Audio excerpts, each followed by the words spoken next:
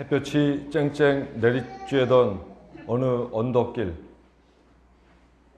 그 언덕길에 큰 짐을 실은 수레가 올라가고 있었습니다. 앞에서 사람이 끌고 있었고 뒤에서 젊은이가 그 수레를 밀고 있었습니다. 지나가던 사람이 젊은이에게 앞에 있는 사람이 누구냐? 물었더니 뒤에서 짐을 밀던 그 젊은이는 저희 아버지세요. 좀 더 가다가 이제 수레를 끄는 그 양반한테 물었죠. 저 뒤에서 미는 젊은이가 댁의 아들이세요? 그랬더니 아니에요. 아들 아니에요. 이 사람이 깜짝 놀라게 되죠. 왜 이런 일이 벌어졌을까요? 뒤에 젊은이는 왜 앞에 있는 사람을 아버지라 부르고 뒤에 있는 앞에 있는 그 수레 끄는 이는 자기 아들이 아니라 하고 왜 그럴까요? 재경이 어떻게 됩니까? 딸이었기 때문이겠죠. 함 권사님께서 정답을 맞추셨습니다. 수레, 또 힘, 뒤에서 밀고 이런 거에 대한 우리의 의식은 분명히 아들일 거라 하는 고정관념이 우리에게 있기 때문에 이 이야기에서 뒷사람을 아들이라고만 생각을 하지 딸이라고 생각을 하지 않는다는 거죠. 그래서 결국 사람이 어떤 의식을 먼저 고정시켜 놓는가에 따라서 이야기도 달라지고 세상도 달라지게 돼 있다는 거죠. 그래서 그런 고정된 의식에 대해서 오늘 문제를 한번 삼아보자. 그래서 오늘 말씀의 제목을 편견과 선입견이 지닌 위험에 대해서 함께 말씀을 나누어 보고자 합니다. 편견이란 편자가 우리에게 보여주는 것처럼 한쪽으로 치우쳤다는 거죠. 전체를 보지 않고 오직 한쪽으로 치우쳐서 뭔가를 생각하고 뭔가를 평가하고 바라보는 것, 그것을 편견이라고 하죠. 그럼 선입견은 내가 대해보지도 않고 만나보지도 않고 겪어보지도 않았으면서 먼저 그 무언가에 대해서 판단하거나 또 내 속에 이미 그것에 대한 평가가 들어있을 때 우리는 선입견이 있다 이렇게 얘기하죠. 공통적인 것은 편견과 선입견 전체를 직접적으로 바라보지 못하는데 편견과 선입견이 생깁니다. 편견과 선입견은 요즘 우리가 언론에서 자주 보는 많은 사회적인 병폐를 낳고 있습니다.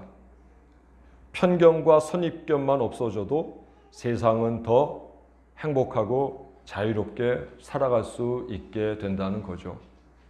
예를 들어 우리는 인종에 대한 편견을 갖고 있어요. 또 남성, 여성에 대한 편견을 갖고 있어요. 또 우리는 나이에 대한 편견도 갖고 있어요. 또 우리는 종교에 대한 편견도 갖고 있어요. 그런 편견들이 세상을 지배하다 보니까 인종, 나이, 문화, 종교, 성, 이 자체가 갖고 있는 고유의 기능은 생각하지 않고 기존에 생각하던 대로만 이런 것들에 대해서 편견과 선입견을 가지고 대하다 보니 사회가 건강하지 못하고 끼리끼리 모이거나 또는 누군가를 배제하고 소외시키는 그런 병폐가 나타나게 돼 있다는 거죠. 미국의 하버드 대학교 심리학과에서 조사를 했답니다. 흑인, 백인 함께 모아놓고 저 앞에 가는 사람들을 평가하며 심리를 조사하게 했는데 흑인, 백인 둘 다 백인은 범죄를 좀 덜 저지를 거다. 흑인은 더 범죄를 저지를 거다. 그렇게 선입견과 편견을 지니고 공통적으로 바라보더라는 거죠. 그것은 우리 한국에서도 마찬가지인 것 같아요. 백인은 좀 더 좋은 사람으로, 깨끗한 사람으로, 우리보다 나은 사람으로, 흑인은 그 말 써서는 안 되지만 깜둥이, 깜씨, 비하하고, 우리보다 피부색이 하얗면 우리보다 나은 사람, 우리보다 피부색이 검거나 우리보다 등치가 작으면 우리가 그저 농담하고 무시해도 되는 사람으로 우리는 그렇게 여겨왔습니다. 나이에 대한 편견도 마찬가지죠. 어른들은 꼰대, 젊은이들은 진보적 이렇게 얘기하지만, 그러나 요즘 세대를 보면 어른들도 진보적이고 개혁적으로 살아가는 분들도 계시고, 젊은이인데도 자기 생각 바꿀 줄 모르고 소위 말하는 꼰대라 하는 그런 특성을 지닌 이들도 있다는 거죠. 즉, 나이에 대한 선입견, 편견이 어른들은 그저 젊은 사람들의 앞길을 가로막는 사람으로, 또 젊은이들은 철없는 철부지들로 세대 간의 갈등을 부추기고 있다는 것입니다. 저는 제일 싫은 말이 이런 말이에요. 너는 애미애비도 없냐? 정말로 자기가 어른으로서 존경받으려면 그 누군가의 어머니, 아버지도 존경해 드려야 되는 건데, 너는 애미애비도 없냐? 라고 하는 말 속에는 니네 엄마, 아버지에 대한 존경심은 전혀 없고 자기의 나이만 존중받으려고 하는 마음이 그 속에 담겨져 있다는 겁니다. 우리 교인들은 절대 연세 드셔도 그 말 쓰지 말기 바랍니다. 내가 나이 먹는 것이 존경의 대상이 되어야 되는 것처럼 누군가의 어머니, 아버지도 나와 똑같이 존경받아야 되는 사람인 것을 잊지 마시기 바랍니다. 그거야말로 무지한 이야기고 대단히 무식한 이야기입니다. 적어도 교회에 다닌다면, 우리 원천교회 교인이라면 그런 무지한 이야기는, 표현은 쓰지 말아야 합니다. 또 우리는 이런 생각도 갖고 있죠.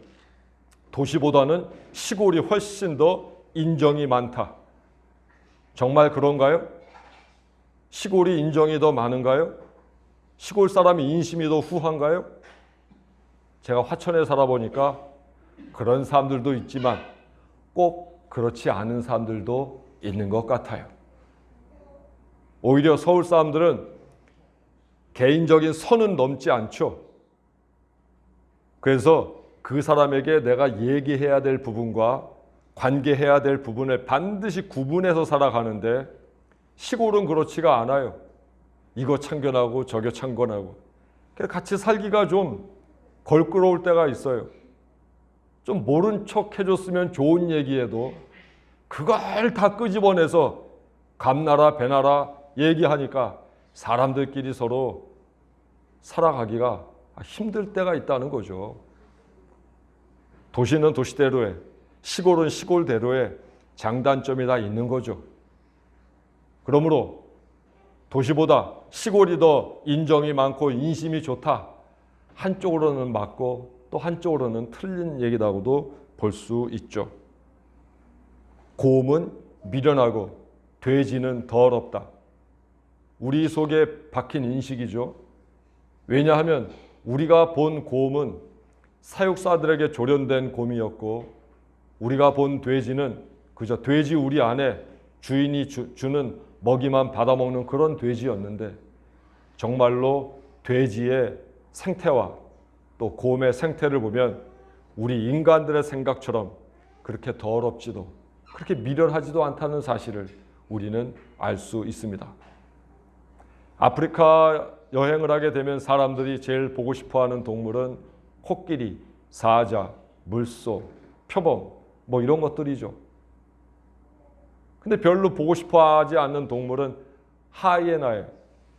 하이에나는 썩은 고기 먹고 웃는 소리도 이상하고, 그런데 하이에나는 정말 나쁜 동물일까? 만약 하이에나가 없다면 그 많은 병든 동물들은 어떻게 처리될 것이며 그로 인해서 전염병이 퍼지는 것은 어떻게 막을 것인가? 요즘에 우리 아프리카 돼지 열병도 있지만 만약 천적들이 있었다면 이 정도로까지 퍼지진 않았을 텐데 천적들이 없다고 하는 게 더 큰 문제가 되는 거죠. 하이에나가 바로 아프리카에서 그런 청소동물의 역할을 잘하고 있기에 우리가 좋아하는 사자가, 코끼리가, 물소가, 표범이 다 건강하게 살 수 있다는 거죠. 그러므로 하이에나는 나쁜 동물이다 이렇게 인식하는 것도 역시 우리의 편견이요 선입견일 수 있다는 거죠. 까마귀를 보면은 흉조라 하고 까치를 보면 길조라 하지만 외국은 반대죠. 까마귀가 길조고 까치가 흉조고 사람들이 더 씌워놓은 이미지일 뿐 그것이 속성상 선하다 악하다 이렇게 말할 수 없다는 거예요. 편견과 선입견을 걷어내고 보면 저마다 모든 존재들이 각자의 의미와 가치를 지니고 살아가는 것임을 알 수 있습니다. 자, 그러면 왜 우리는 이러한 편견과 선입견을 가지고 살아가는 걸까요? 그 이유는 뭘까요? 저는 그것을 말씀을 통해서 두 가지 원인을 한번 생각해 보았습니다. 첫 번째 원인은 교만입니다. 내가 너보다 낫다는 바로 그 교만함. 그래서 그 교만함이 나보다 못한 존재라고 여기는 것들에 대해서 평가하는 겁니다. 그런 평가가 편견을 낳게 되고 그런 선입견이 나로 하여금 주눅들게도 하고 오만하게 굴게도 만든다는 거죠. 두 번째 편견과 선입견의 원인은 무지입니다. 알지 못하니까 편견을 갖는 거예요. 알지 못하니까 선입견을 갖는 거예요. 뭔가에 대해서 조금 알기만 하면 내가 잘못 알고 있었네 하고 다시 볼 수 있는데 알려고 하질 않고 알고 싶어 하지도 않으니까 내게 있는 편견과 선입견이 그대로 계속 지속될 수밖에 없다는 거죠. 우리는 보통 이렇게 얘기하죠. 아이들일수록 몰라서 그랬어. 잘못을 저지르고도 몰라서 그랬어 라고 얘기하지만 어른이 될수록 몰라서 그랬어 라고 하는 말은 결코 유효하지 않다는 사실을 알아야 합니다. 몰라서 그랬어. 그럼 몰라서가 변명의 거리가 되는데 그러면 몰라서 그래서 어떤 악한 결과가 나오게 되었다라고 한다면 모른다고 하는 그 사실도 그냥 이해해 줄 수 있는 것이 아니라 그건 역시 내가 태만했고 알려고 하지 않은 불성실함 때문에 일어났으므로 아직도 뭔가에 대해서 모른다고 하는 것은 여전히 우리가 부족하다는 이야기이고 그게 지나치게 되면 그것도 역시 죄가 될 수 있다는 사실을 알아야 합니다. 몰라서 그랬다는 말은 이제는 하지 마십시오. 왜 그동안 그러면 알아오지 않았습니까? 라고 스스로에게 물어보아야 합니다. 이 나이에 내가 뭘 배워라고 말씀하시겠지만 아닙니다. 죽을 때까지 배워야 됩니다. 그래야지 제대로 된 어른이 될 수가 있어요. 모르면 배워야 돼요. 모르면 알려고 해야 돼요. 그래야지 바르게 판단하고 편견과 선입견을 가지고 살지 않게 된다는 거죠. 특히 무지하기 때문에 우리가 성공하지 못하는 가장 중요한 영역이 자식 교육입니다. 자식 교육이 부모가 무지해서 어떤 길에 대하여 알려주거나 또는 스스로 그 길을 알지 못하면 우리는 내가 가진 편견대로 내가 가진 선입견대로 우리 자식들에게 교육하게 되고 길을 보여주려고 하게 되고 내 자식을 평가할 때에도 객관적인 눈으로 평가하지 않고 우리 애는 좀 낫겠지 라거나 우리 애는 뭐 날 닮아서 별 수 없을 거야 라는 부정적인 인식이거나 그런 편견과 선입견에서 벗어나려면 부모가 객관적으로 자식을 바라볼 수 있어야 되고 객관적으로 자식을 바라볼 수 있으려면 많은 교육학적 데이터가 있어야 됩니다. 그래서 부모들은 공부해야 됩니다. 애가 어릴수록 공부해야 됩니다. 배우면 배울수록, 공부하면 공부할수록 부모는 자식을 객관적으로 볼 수 있게 되고 객관적으로 자기를 봐주는 부모를 둔 자식은 좀 더 자유로워집니다. 부모가 객관적으로 보지 못하면 자식은 부모라고 하는 감옥에 갇히게 되어 있습니다. 숨을 쉴 수가 없어요. 그러나 객관적으로 자식을 보아주는 부모를 둔 자식은 자유롭습니다. 숨을 쉴 수가 있습니다.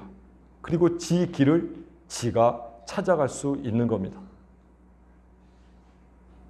쇼펜하우어가 쓴 선입견과 편견이라고 하는 책이 있는데 그 책에 보면은 중요한 몇 개의 문장이 나오는데 그중 한 문장을 읽어 드릴게요.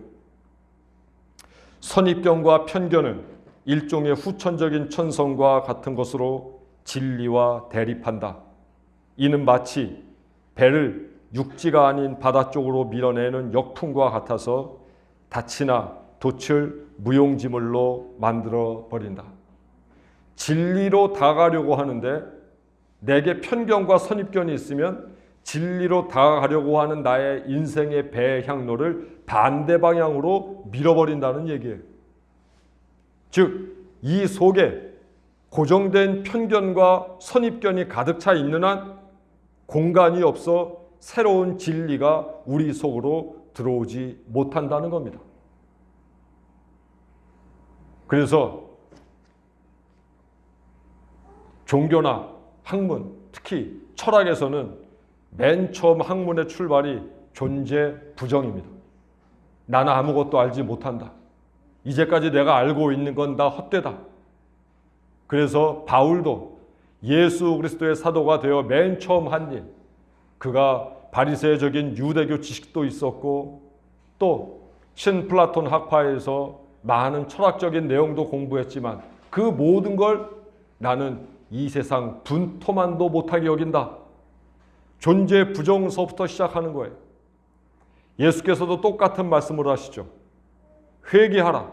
천국이 가까웠다라고 하는 말씀은 회개하라고 하는 것은 그동안 갖고 있었던 편견과 선입견, 기존의 세상에 대한 처세술 그런 모든 것들 다 버리고 새로운 가치, 새로운 진리, 편견과 선입견을 없앤 새로운 삶의 방향, 즉 하나님 나라를 받아들이라고 이야기하는 것입니다. 우리가 이제껏 살아오면서 갖고 있던 우리만의 생각, 옳다고 여겼던 것들 세월 지나보면 그거 다 별거 아닌 편견과 선입견이었음을 알게 됩니다.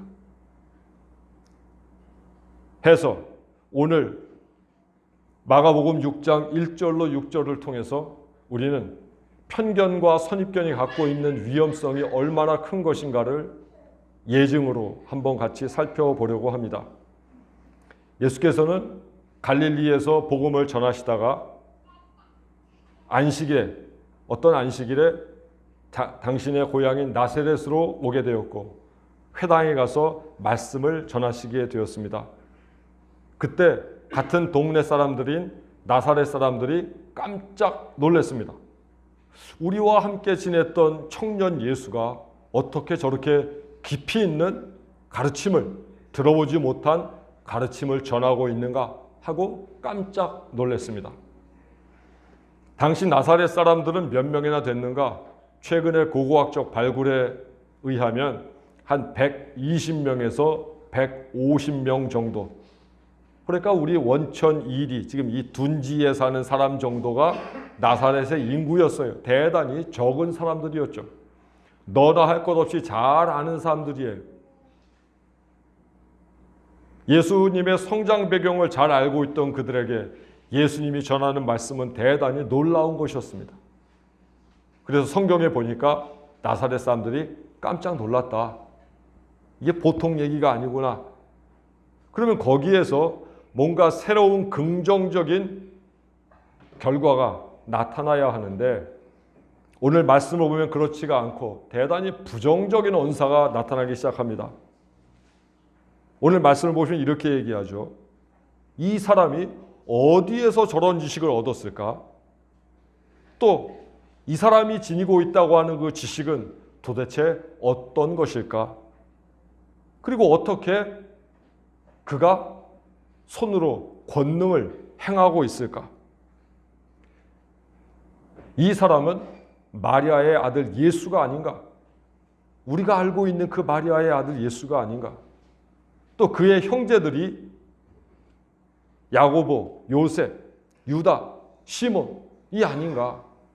더구나 그의 누이들은 지금 우리 동네에서 우리와 함께 살고 있지 않은가? 자, 이런 반응들은 예수께서 전하신 가르침의 권위를 인정하는 반응입니까? 아니면 반대로 그런 놈이 어떻게 저런 말씀을 전할 수 있지? 라고 편견과 선입견에 사로잡혀 있는 겁니까? 고향 사람들인 이 나사렛 사람들은 예수님에 대한 고정관념, 선입견, 편견에서 헤어나오질 못했습니다. 예수님이 진리의 말씀을 전해도 편견과 선입견이 그 진리의 말씀을 가로막았다는 말입니다. 이 질문들에 대한 몇 가지 문제점을 좀 말씀을 드리죠. 첫 번째, 오늘 이 말씀에 보면 이 질문들을 보면 예수님을 이 사람 이렇게 얘기하고 있어요. 이 사람. 이 사람이라는 말 좀 점잖게 이렇게 표현됐긴 했지만 우리식으로 얘기하면 이놈이 라는 뜻이에요. 후토스, 이놈이. 영어 성경에 보면 this guy 이렇게 되어 있어요. 이놈이. 즉 예수님을 공격적이고 경멸하는 언사로 지금 표현하고 있다는 말이죠. 전혀 예수님의 가르침을 받아들일 마음이 그들에게는 없었다는 말입니다. 더구나 어디에서 이 지혜를 얻었고 그의 지혜는 어떤 성격이고 어떻게 그가 권능을 행할 수 있는가 하는 이런 질문에 대하여는 그의 아버지를 우리가 알고 그의 아버지 목수 요셉 아니냐? 그도 역시 목수이지 않았느냐? 하는 고정관념과 편견이 현재 예수 그리스도의 모습을 받아들이지 못하게 만들고 있다는 것을 알 수 있습니다. 더구나 당시에 전통대로 본다면 예수님을 요셉의 아들이라고 표현하지 않고 마리아의 아들 예수가 아니냐라고 말하고 있죠. 마리아의 아들 예수. 당시 문화로 볼 때 누군가를 소개할 때에는 아버지를 앞에 놓고 그 아버지의 아들, 아버지의 딸 이렇게 소개하는 것이 맞는 것인데 그 어머니 마리아를 2000년 전에 유대 사회에서 언급해서 마리아의 아들 예수라고 표현한 것은 여기에 경멸과 저주와 부정의 표현이 담겨져 있는 거죠. 다시 말하면 그동안 소문처럼 휘돌아 돌던 예수는 사생하다. 번듯한 아버지와 어머니 가운데서 태어난 자식이 아니라 예수는 사생하다 하는 욕설이 그 안에 담겨져 있습니다. 또한 예수 그리스도의 직업, 목수였음을 그들은 다시 한번 상기시키고 있습니다. 당시의 목수는 대단히 아래 계층들의 사람들이 담당하는 그런 직업이었습니다. 손으로 하는 모든 수공업, 이것들은 모두 하위 계층 사람들의 직업이었던 거죠. 예를 들어서 한번 설명해 드리죠.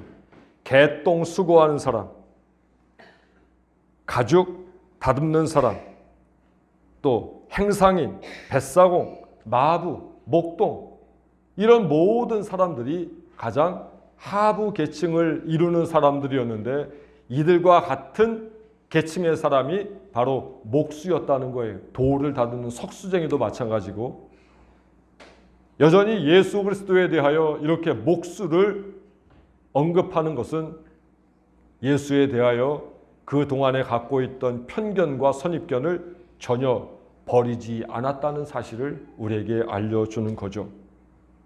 편견과 선입견에 사로잡혀 그들은 예수님을 폄하했고 그 권위를 인정하지 않았습니다. 그런 고향 사람들의 입장을 보면서 예수께서는 당시에 사람들이 다 알고 있는 속담, 그 속담 하나를 소개하시죠. 그게 우리가 알고 있는 그 말씀이죠. 4절, 선지자가 자기 고향과 자기 친척과 자기 집 외에서는 존경을 받지 못함이 없느니라. 즉 고향과 친척과 자기 집, 여기는 전부 살아온 이력을 알고 있기에 편견과 선입견을 버릴 아무런 이유를 찾지 못하는 사람들을 이야기합니다. 친척이 악해서, 고향이 악해서, 집이 악해서가 아니죠. 편견과 선입견에 사로잡힌 사람들은 새로운 진리, 새로운 가르침, 새로운 존재성에 대해서 인정해주지 않는다는 겁니다. 그래서 결국 예수님은 뭐라 하시죠? 맨 마지막에 보시면은 그곳에서는 아무 권능도 행하실 수 없어서 다만 소수의 병자만 고치셨다. 하나님의 아들이신 예수, 죽은 자를 살리신 예수, 모든 사람들에게 새로운 진리를 가르치신 예수께서도 편견과 선입견이 있는 곳에서는 아무런 권능을 행하실 수가 없는 겁니다.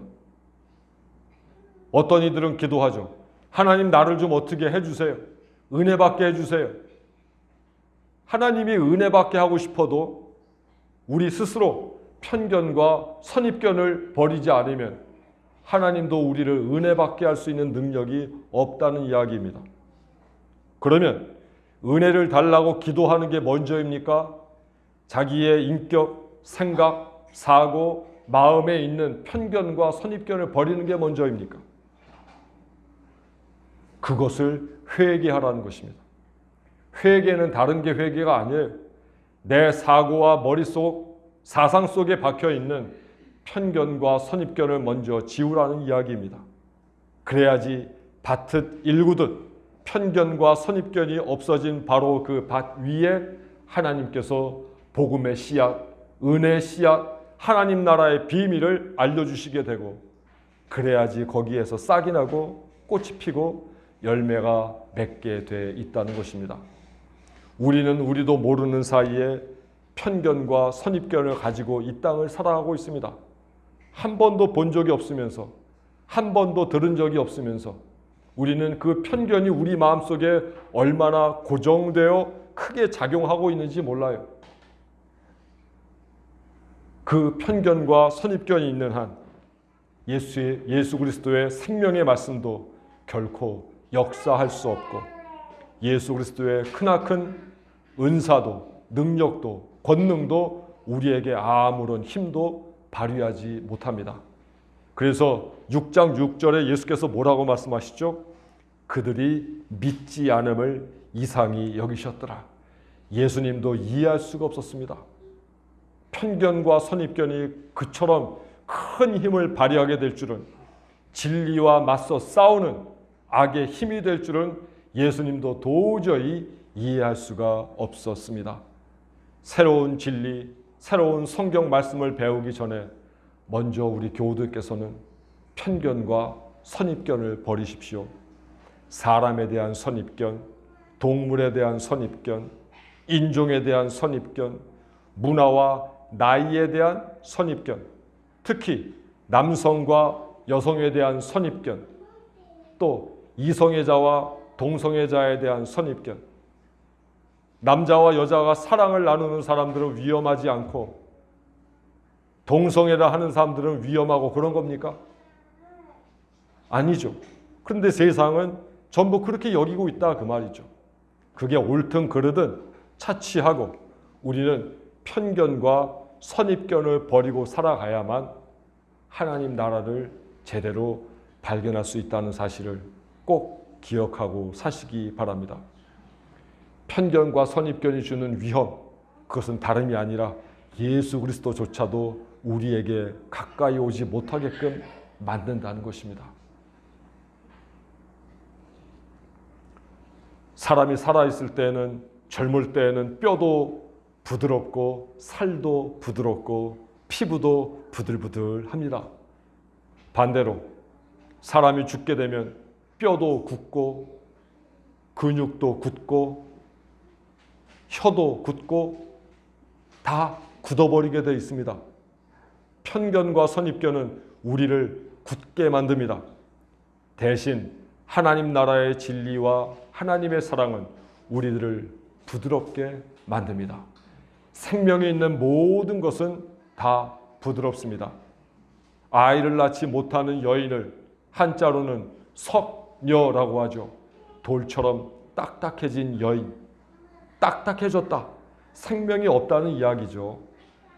저는 우리 교인들이 전부 생명을 지니고 살아 모두가 부들부들한 사람, 그래서 편견과 선입견을 없애고 살아가는 그런 사람, 그래서 예수께서 작은 진리 하나만 던져주어도 그게 큰 기쁨이 되고 감사함이 되고 해서 하나님 앞에 영광을 돌리는 그런 그리스도인 되기를 간절히 부탁드립니다. 기도하겠습니다. 하나님 아버지, 배우지도 않았는데 우리 속에는 너무 많은 편견과 너무 많은 선입견이 고정되어 있어 다른 사람이 우리에게 다가오는 것도 막고 있고, 특히 예수께서 우리에게 다가오시는 것도 가로막고 있는 형국인 것을 말씀을 통해서 배웠습니다. 다음 한 주간 동안 내 안에 있는 고정관념은 무엇인가? 편견은 무엇인가?